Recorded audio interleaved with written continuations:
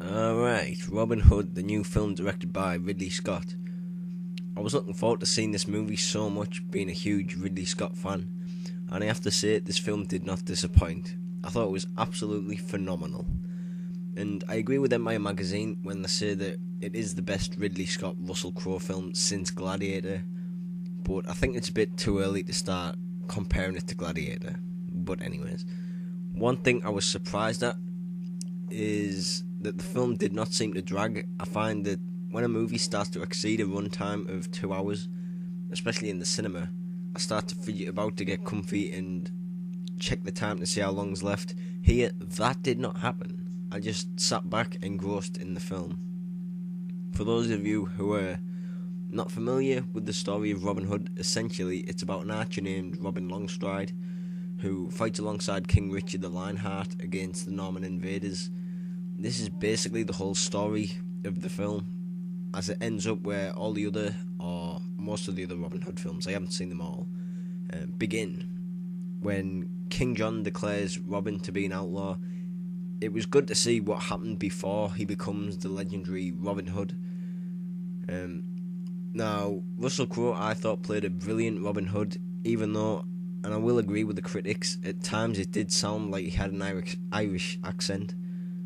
The rest of the cast I thought was incredible as well. Cate Blanchett was great, even though she very rarely smiles. Max von Sydow, who is now 80-odd, he is incredible as Sir Walter Loxley. Danny Huston, who doesn't have a lot of screen time, but he was great as King Richard the Lionheart.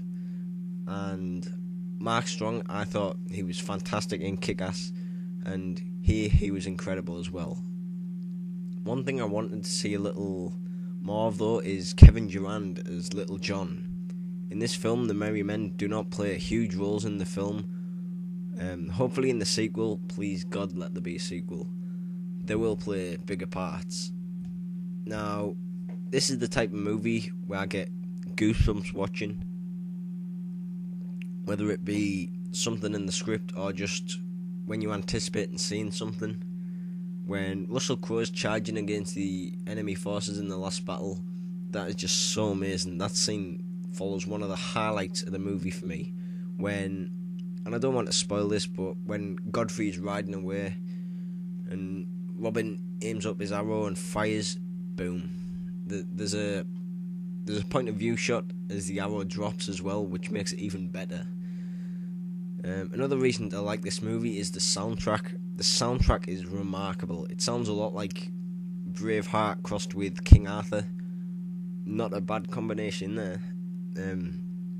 Also, the end credits. I even enjoyed the end credits because it reminds me of the old charcoal animations from an old animator that we learned in contextual influences in college. I forget his name, but yes, I even thought the end credits were great. One thing I wanted more, though, was the epic battles. The end battle certainly did not disappoint, but the first one when King Richard is storming the French castle, I expected that to be a little bit longer, but overall it was shot perfectly and I'm not complaining. Also, I believe it was shot in the same location as the first battle in Gladiator. I should have really looked that up. Anyways, like I say, this is definitely one to check out this summer if you haven't seen it already. So, talk to you later.